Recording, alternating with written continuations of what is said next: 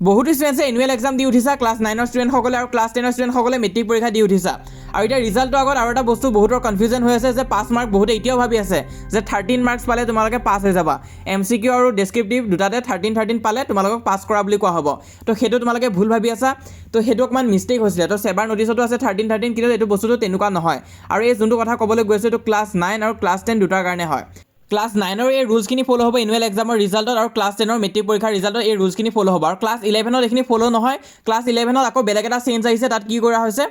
class 11ত normally তোমালোকে 30% marks score কৰিব পাৰিলে পাছ হৈ যাবা সেইটো ছাবজেক্টত 100 ভিতৰত 30 পালা 50ৰ ভিতৰত 15 পালা কিন্তু সেইটো আজিকালি 33% কৰি দিয়া হ'ব এইবাৰৰ পৰা লগতে তোমালোকে যদি স্কুল যোৱা নাছিলে এটেণ্ডেঞ্চৰ প্ৰব্লেম হৈ আছিলে তেনেহ'লে কিবা প্ৰব্লেম দিব নেকি ৰিজাল্টত গোটেইখিনি কথা আলোচনা কৰিম ক্লাছ 9 আৰু ক্লাছ 10 দুটাৰ বাবে তো প্ৰথম আহা আমি পাছ মাৰ্কৰ কথাটো ডিছকাছ কৰোঁ যে 13টো হয় নে নহয় লগতে ইয়াত আৰু এটা বস্তু তোমালোকে দেখিবলৈ পাবা বহুতে ভাবি আছে যে গ্ৰেছ মাৰ্ক দি পাছ কৰাই দিব কাবাক 10 নম্বৰ লগা হ'লে 10 মাৰ্ক গ্ৰেছ দি দিব তো তেনেকুৱা নহয় ইয়াত তোমালোকে চাব পাৰা ষ্টুডেণ্টজনে ফেইল কৰিছে তো আনকি মই উইথ প্ৰুফ দেখাবলৈ গৈ আছোঁ আৰু পিছত কেনেকৈ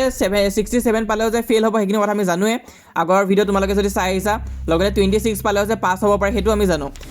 বৰ্ডে প্ৰথম কৈছিল যে 13 পাব লাগিব MCQ আৰু ডেছক্ৰিপটিভত তেতিয়া তোমালোকে পাছ হৈ যাবা ইয়াত এখন হৈছে অফিচিয়েল ন'টিছ ইয়াত দিয়া হৈ আছে যে ষ্টুডেণ্টে 13 মাৰ্কছৰ এবভ পাব লাগিব 13 মাৰ্কছ পাব লাগিব বা তাতকৈ এবভ পালেহে পাছ হ'ব 13ৰ তলত পালে ফেইল হৈ যাব বুলি কোৱা হৈছিলে কিন্তু বৰ্ডে যদিও ন'টিছত তেনেকুৱাকৈ কৰিলে কিন্তু যোৱা বছৰ যদি তোমালোকে ৰিজাল্টখিনি চেক কৰা ৰিজাল্টত দেখিবা ইয়াত আকৌ পাছ মাৰ্ক 14 দি থৈ দিছে কোনোবাই যদি 13ও পাইছে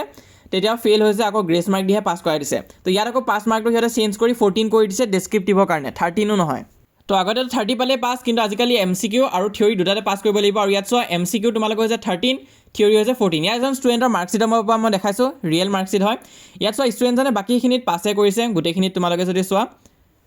ক'ৰবাত সি 51 পাইছে ক'ৰবাত 39 ক'ৰবাত 40 ক'ৰবাত 56 তো ঠিকে আছে আৰু বাকীখিনিত সি ডেছক্ৰিপটিভ আৰু থিয়ৰী দুটাতে পাছ হৈ গৈছে কিন্তু এখন ছাবজেক্টত পাছ হোৱা নাই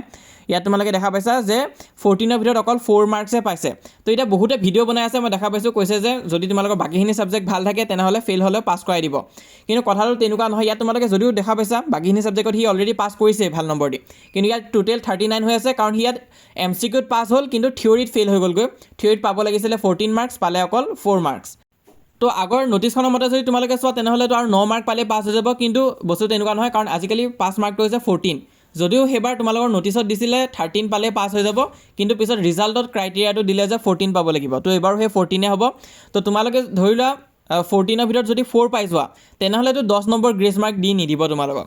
যদিহে 5 নম্বৰৰ কাৰণে ফেইল হৈ আছিলা বা 6 নম্বৰৰ কাৰণে ফেইল হৈ আছিলা তেনেহ'লে তেনে ক্ষেত্ৰত দি দিয়ে কিন্তু যদিহে তোমালোকে 9 নম্বৰৰ কাৰণে ফেইল হৈ আছে 10 নম্বৰৰ কাৰণে ফেইল হৈ আছে 11 নম্বৰৰ কাৰণে ফেইল হৈ আছে তো তেনে ক্ষেত্ৰত কিন্তু গ্ৰেছ মাৰ্ক নিদিয়ে গেপটো বহুত বেছি ডাঙৰ হৈ যায়গৈ তো বাকী ছাবজেক্টত তোমালোকে যিমান ভালে নকৰা কিয় এটা ছাবজেক্টত যদি গেপটো বহুত ডাঙৰ হৈ যায় বহুতে কি কৰিছে লেটাৰ পাইছে কিছুমান ষ্টুডেণ্টৰ স্ক্ৰীনশ্বট এতিয়া মোৰ তাত আছে সিহঁতে লেটাৰ পাইছে লেটাৰ পাই কোনোবা কেইখনমান ছাবজেক্টত লেটাৰ পোৱাৰ পিছতো কোনোবা এখন ছাবজেক্টত সিহঁতে থিয়ৰীত 1 পাইছে বা 2 পাইছে তো তেনে ক্ষেত্ৰত গ্ৰেছ পোৱা নাই তো সেইটো বস্তু মন কৰিবা আৰু বহুতে কৈ আছে যে এটেণ্ডেঞ্চো লাগিব নেকি চোৱা যদি ক্লাছ 10ৰ ষ্টুডেণ্টে চাই আছা পৰীক্ষা দি আহিছা তো তোমালোকেতো অলৰেডি এক্সাম দি আহিলা তো ইয়াত কোনো এটেণ্ডেঞ্চৰ কোনো কথাই নাহে আৰু যিসকল ক্লাছ 9ৰ ষ্টুডেণ্ট আছা তোমালোকে যদি ভয় খাই আছা যে ক্লাছ 9ৰ তোমালোকৰ এটেণ্ডেঞ্চো কম হৈ আছিলে যাৰ ফলত এতিয়া তোমালোকক পাছ কৰাই দিবনে নিদিয়ে তো সেবা বৰ্ডত ইয়াৰ ৰিগাৰ্ডিং কোনো ধৰণৰ কথা কোৱা হোৱা নাই এইটো তোমালোকৰ স্কুলৰ ওপৰত ডিপেণ্ড কৰিব স্কুলখনে যদি বিচাৰে তেনেহ'লে ৰাখি দিব পাৰে তোমালোকৰ এই কথাটোলৈ কিন্তু ইমান এটা তোমালোকৰ প্ৰব্লেম হ'ব নালাগে হ'লেও তোমালোকে স্কুলত এবাৰ খবৰ কৰিছা বা যদিহে কিবা প্ৰব্লেম হৈ আছে এপ্লিকেশ্যন আদি দিব লগা হ'ব পাৰে তো চোৱা তোমালোকে যদি স্কুল বহুত দিন যোৱা নাই তাৰ মানে হৈছে কিবা এটা প্ৰব্লেমটো হৈছে তোমালোকৰ লাগিলে কিবা যদি মেডিকেল ইছ্যুৱে আছিলে বা কিবা যদি তেনেকুৱা ঘৰৰ প্ৰব্লেম আছিলে তেনেহ'লে ধুনীয়াকৈ এখন এপ্লিকেশ্যন লিখি দি দিবা স্কুলত বস্তুখিনি এক্সপ্লেইন কৰি আৰু যদি গ্ৰেছ মাৰ্কৰ কথাটো কওঁ তেনেহ'লে নৰ্মেলি তোমালোকক 4-5 মাৰ্কছ গ্ৰেছ দিয়া হয় আৰু কিছুমান স্পেচিয়েল কেছতহে তোমালোকক 8 মাৰ্কছমান গ্ৰেছ দিব পাৰে হ'লেও 9-10 মাৰ্কছৰ কাৰণে যদি ফেইল হৈছে মেট্ৰিক পৰীক্ষাত স্পেচিয়েলি তেনেহ'লে কিন্তু তোমালোকক গ্ৰেছ মাৰ্ক সিমান নিদিয়ে লাগিলে বাকীখিনি ছাবজেক্টত তোমালোকে 50 এবভ পোৱা 60 এবভ পোৱা হ'লেও গেপটো বেছি ডাঙৰ হ'লে কিন্তু গ্ৰেছ মাৰ্ক দিয়াত প্ৰব্লেম হৈ যায়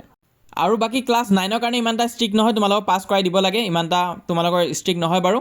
হ'লেও তোমালোকে চাবা আৰু যিসকলে এতিয়ালৈ আমাক হোৱাটছএপত জইন কৰা নাই জইন কৰিবা ক্লাছ 9 আৰু ক্লাছ 10 দুটাৰ বাবে আছে যিসকলে ক্লাছ 10 পাছ কৰিছা তো তোমালোকে 10ৰটোত জইন হ'বা যিসকলে ক্লাছ 9 এবাৰ পাছ কৰিবা তোমালোকে ক্লাছ 9ৰ গ্ৰুপটোত জইন হ'বা